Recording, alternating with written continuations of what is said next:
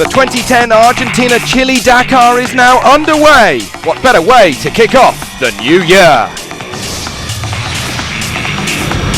Nervous moments on the stage through the water for all of the riders, but stay with us to discover a remarkable fairy tale story out there today. Volkswagen have got the crown to defend. BMW are going to be right on their heels, but there's a BMW in trouble already.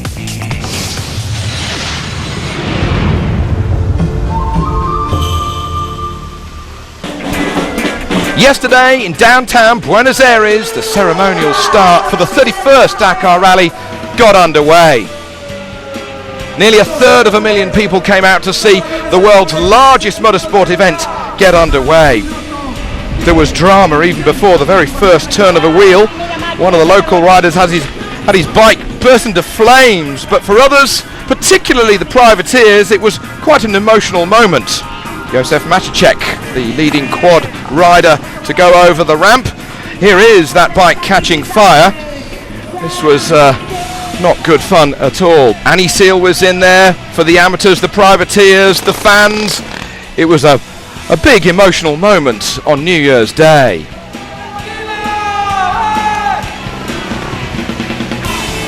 Australians, Czech, the ladies, the teams, the amateurs, the privateers, the Americans, they were all there. Lopez from Chile, Olivaceta, Castello, and then the big hitters, the two people who are going to surely battle, Cyril Desprez together with Mark Coma, the reigning Dakar champion. He's the man with the number 1 plate to defend here in 2010. Time for a tango before the cars. Luc Alphonse was a welcome visitor.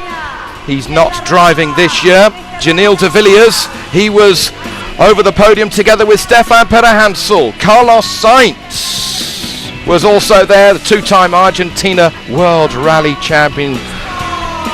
Nani Roma, Chicherit, Alatia were all celebrating in front of the crowd. But the biggest cheer was for Orlando Terranova. But surely the biggest cheer of all was for Robbie Gordon, who completely cleared the podium. Stunning stuff. The trucks came through, Kabarov heading the Kamaz charge. But from the Czech Republic, can Alas Leprace fight through the Russian barrier with his Czech Republic Tatra?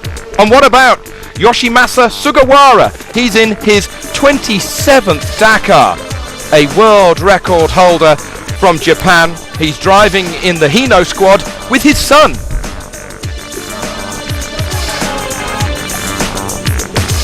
The locals also got a chance to wave their flags. Team Atacama got the Chilean flag out early, ready for the 7 stages over on the other side of the Andes. On board with 9-time Dakar winner Stefan Perahansel, trying to find a way through the crowds with his co-driver Jean-Paul Cotteret. And the crowd lined the road all the way from the capital city of Buenos Aires, all the way down the 317 kilometers into Colón. By the time the sunset was coming on, all the crowd cheering on Marcos and Alejandro Patronelli, the 2 Argentine riders on their quads.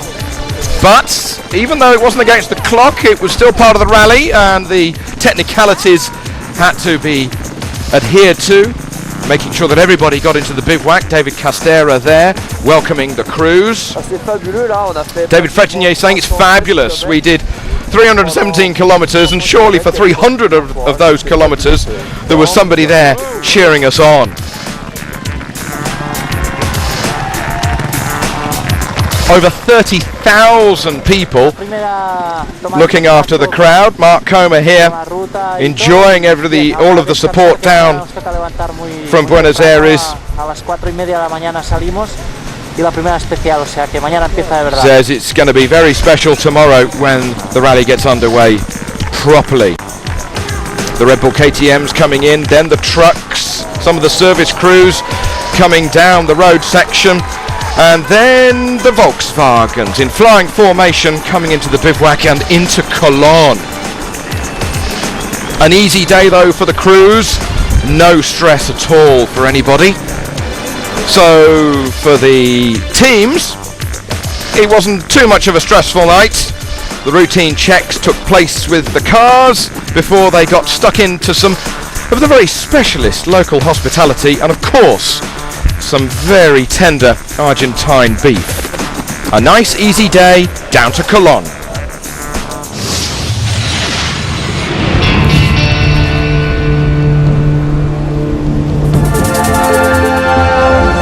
On to the first proper special stage of the 2010 Dakar. We're going from Cologne up to Cordoba, a long road section, some 349 kilometers before the clocks are started. 251 kilometers for the cars, slightly shorter for the bikes, before we get to Cordoba itself.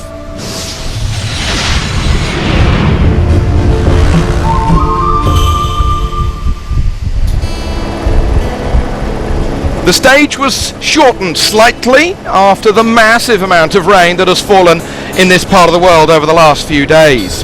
The first 52 kilometers of the special stage has actually been removed. Therefore, the start was a little further up the road. It's going to be a stage that will warm people up, get them out of their New Year's celebrations. Riders and drivers well advised to settle into a good rhythm for the days ahead. Good to see Luc Alphonse out there on the stage. He's helping out French television this year, the former Dakar victor, giving some support to Mark Coma and other bike riders there.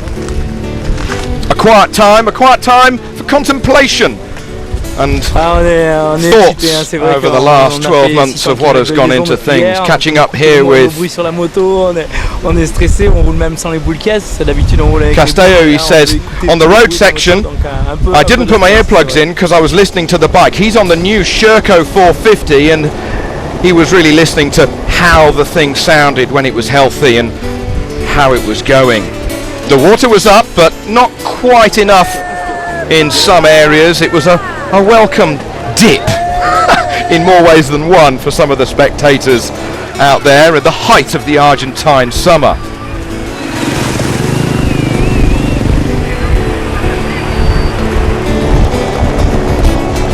I'm sure many of the riders would have preferred to be maybe the other side of the ford rather than going through it, but Chaleco making sure that his brand new Aprilia 450V twin managed to get through, as did Sil de Prey, trying to keep his feet out of the water. You don't want to drop it, you never do know what bad luck can befall you on the opening stage of a rally such as this. Well, David Castello, the winner of the stage today, brand new Sherco bike, and he wins first time out, the very first time that the bike has done a stage on the Dakar. Brand new team, brand new bike. He's not only the lead rider but the team manager. So not only is he brave, Dave, he's canny too. Sherco, former trials and enduro constructor, they're based in Nimes in France. They've taken the big step to come into the Dakar with this 450, and they've certainly got off on the right foot.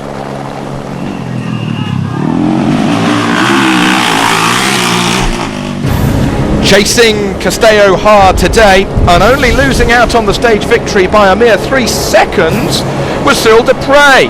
The two-time Dakar champion and reigning World Cup Rally Raid champion was very happy with his day's work aboard the Red Bull KTM. Now this is a 690cc bike, but it is restricted with the amount of air that is allowed to go into the single cylinder. So the equivalence factor balancing the two bikes out, the 450 of the winner and the 690 of de Prey and Mark Coma here, absolutely perfectly. After nearly 2 hours of rallying, just 12 seconds between Castello, de Prey and Mark Coma, the reigning champion, who finished third this afternoon.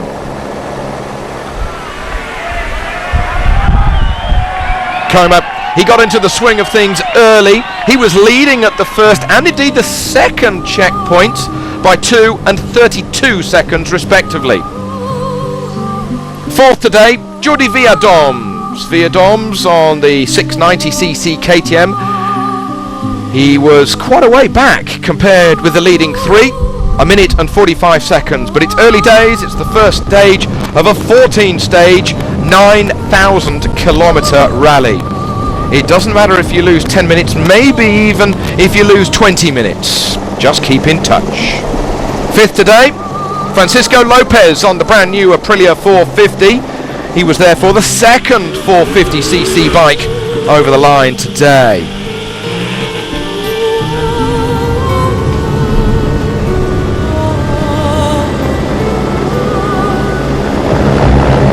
Sinuous turns, not quite as flat out as the opening stage of 12 months ago.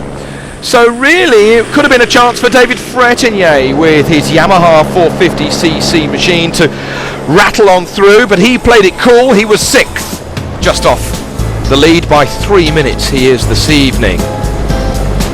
The flying pole, Przgonski, he's on a big 690 KTM. He's 7th, only a few seconds behind David Frétigné. Keep an eye out for Przgonski. He was 2nd in the World Cup this year. The Portuguese rider Gonçalves, he's on a BMW 450. It's great to see BMW's back in the Dakar, even though he made a navigational error at one point. 8th after the first special stage. Ruben Faria, now he's the teammate to Cyril Desprez here in this year's Dakar. 9th overall after the stage into Cordoba. Typical big, long, straight, wide open roads in this part of the world, giving Helder Rodriguez a chance to finish 10th on his Aprilia, whilst Frans Verhoeven suffered today. He lost 34 minutes. He's now 109th overall for the Dutchman.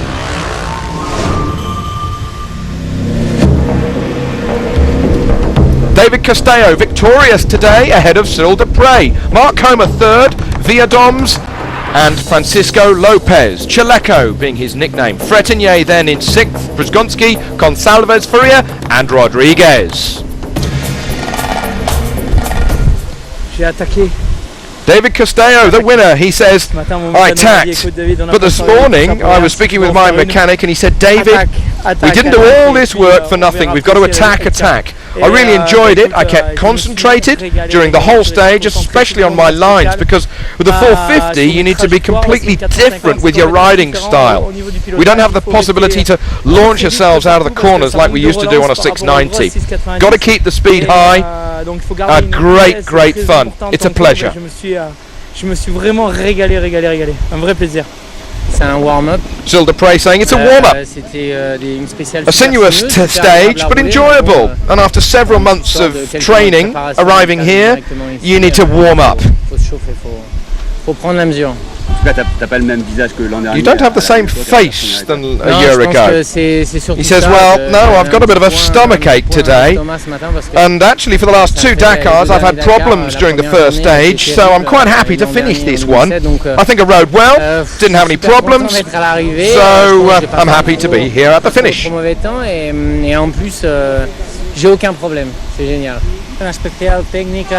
was a technical stage, a warm-up. It's very good to get into a rhythm and test the bike. The stage was shorter than usual, but with the heat, it's better for us physically.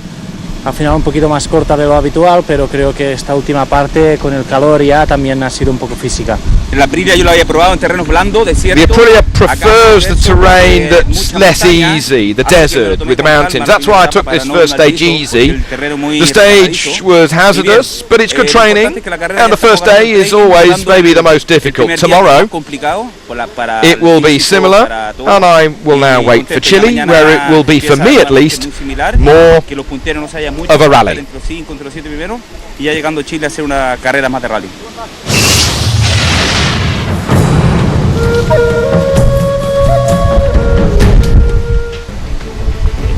The Germans are going head-to-head on this year's rally. The might of 5 Volkswagens against the highly developed but not official BMWs. They're both turbo diesels as they come into this event with an eye on the winner's trophy. Carlos Sainz says, with Peter Hansel's history of victories here, he's going to be one of the favourites. Peter Hansel says, well, it's a pleasure that he thinks I'm going to be a rival. BMW is a team run by Sven Quant, who's driven in the Dakar himself, and he's hugely experienced and hugely driven to get the ultimate prize. And now with Stefan Pederhansel joining the squad, they have 9 victories of knowledge there. For the moment, we joined the team. Sven really listened to the changes that we wanted to bring to the car. He accepted what we said, and we've worked well together. BMW have been testing long and hard with their X3. They've also not only been testing in France, but they've been testing in Morocco. Shishirit's saying, in 1 week we completely transformed the car. I then had to readapt because it was a completely different driving style from what I knew. And they really have worked hard on the now lighter car. Before, he says, it had a lot of roll. We had grip, but the car, well, you really needed a lot of space on the stage because you needed to get it to move around quite a lot. Now, it's more of a rally car. So BMW really have made the step closer towards the top. Meanwhile, Volkswagen have been testing the 5 crews at the motorsport base in Germany, changing wheels and major parts, as well as a detailed lesson on every single nuts and bolt on the car. And not only everything about the car, but also about map reading. It's not just about being Google quick and technical. mapping, mainly as a background, plus the Russian maps that we have and information from various maps that we've been able to pick up. They conquered the Dakar last year with De Villiers, but as Carlos Sainz discovered himself last year, a crash can happen at any time. He says what's good with the Dakar is that each day is a new adventure. You never know what's going to happen the day after. It is always the unknown. The 2010 battle between Volkswagen and BMW is going to be simply electric.